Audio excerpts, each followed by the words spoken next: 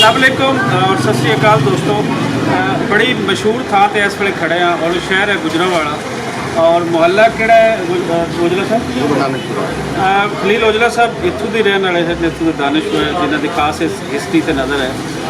इस वेले एक पंजाबी के मशहूर नॉवलिस्ट और शार्ट स्टोरी राइटर और बीबियां के हकों के वास्ते जिहड़े जदीद दौर के काम करने लोगों का जो भी जिक्र होएगा उहदे च अमरता का जिक्र लाजमी होएगा। पूरा नाम अमरता प्रीतम।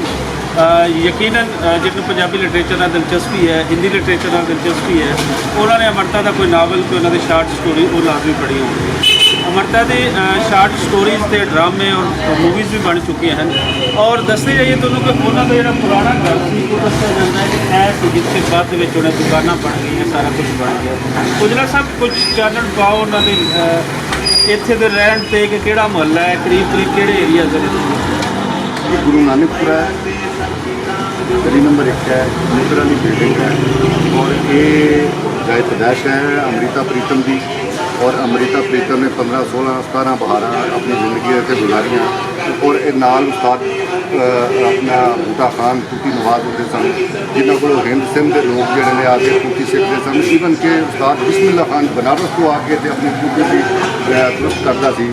और ये वो सारा महल है जिते पार्टीशन तो पहला इलम अदब और साम्राज्य दुश्मन लोग रहते सन। इस शहर की एक अलीट क्लास का इलाका से अंदरून शहर और ये अमृता प्रीतम की पार्टीशन तो बाद चले गए। ये फिर मुख्तलिफ लोगों अपना अलाट होया फिर विकया। एक कामरेड मेरा यार भी इतने रहा रहा, मैं भी कभी आँदा होंगे वो कोल आके तो चाय चाय पीनी तो अज ना में जगह विक के किसी ने स्टोर वगैरह बना लिया। ये वो तरीकी है बिल्डिंग जी है सेम इस तरह की बिल्डिंग से ये जी है तो बड़ी खूबसूरत थी वेंटिलेटेड। मैं सारी फिरके वेखी सी तो ये वो हस्ती अमृता प्रीतम की जाए पैदाइश अभी उत्ते खड़े हैं जिन्हें हिंद सिंध के इलम अदब और लोग सियानफ खासकर जो असीं देखते हैं कि अज सानू बड़े वड्डे वड्डे नाम उनके नज़र आते हैं। अगर असीं कभी कि इस खिते के जिहड़ियां सवाणियां दी नीतियां दे हक्कां दी गल जिहड़े एक जदीद दौर के पहले करने वाले एक सदी पहले सन ਉਹਦੇ 'ਚ अमरता प्रीतम का नाम सब तो उत्ते और लिटरेचर के उन्होंने है ही। तो यह गलियाँ यह सारा वो एरिया है जिथे उन्होंने बचपन गुजरता है।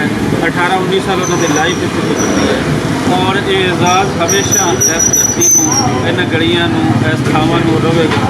अच्छा ओजला साहब ये दसो कि यह जी था इतनी प्रोमीनेंट जगह है, इतनी अहम जगह है, लिटरेरी पॉइंट ऑफ व्यू के देखिए या बाकी औरतों के हकों की गल करने वास्ते कभी कोई ऑर्गेनाइजेशन कभी कोई लोग इतने आए हो इस थां से सलामी देन अज तक थोड़ी लाइफ के ऐसा होया है या कि कभी कोई स्टेट ने इतों की ने उन्होंने कितना बड़ा नाम है कोई स्टेट की तरफ कोई इतनी खैर सजाने वास्ते पार्टीशन तो बाद गुजरांवाल के चंद एक फिल्म अदब दोस्त जोड़े ने उन्होंने दिल्ली का दौरा किया और अमृता जी को मिले बड़े प्यार श्यार करने पाया। उन्हें कहा बिस्मिल्ला करा मेरे मापे आए ने कि जिन्होंने अज तक जिन्होंने मैं कभी ये भी नहीं सरिया कि तू साढ़े शहर की धी है आ जा 2 मिनट आके अपनी जन्म भोई देख जा।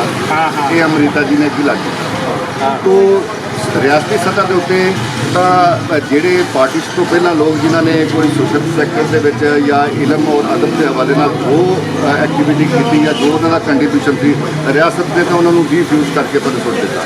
और अमृता प्रीतम जी एक ऐसा नाम है इलम अदब की दुनिया के और लोग सियानफ और लोक ज्ञान जिन्हें खास तौर पर खवातीन की रूह बन के मासिस नाल शेयर किया।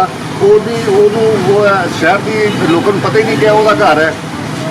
बिल्कुल सही कहते हो। एक होर जी एक वड्डी गल है अमरता के लाइफ के जो भी कोई पाकिस्तान को पंजाबी नावलिस्ट या शायर इंडिया के गए अमरता प्रीतम ने उन्होंने वैलकम किया और अमरता के घर के जो तस्वीर लगी हुई सन वो सारे सूफिया दी सन लेकिन प्रोमिनेंट 2 लोगों की तस्वीर उन्होंने पूरी लाइफ के उन्होंने कमरे रही हैं।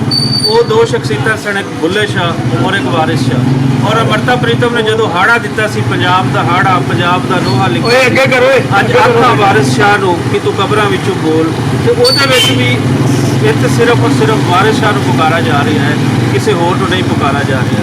सो मजहबा तो उत्ते वो इस धरती की धी थी, पंजाब की धी सी और सानू माण है गुजरांवाले के सारे लोगों को माण है कि उन्हों का जन्म पल इत्थे होया।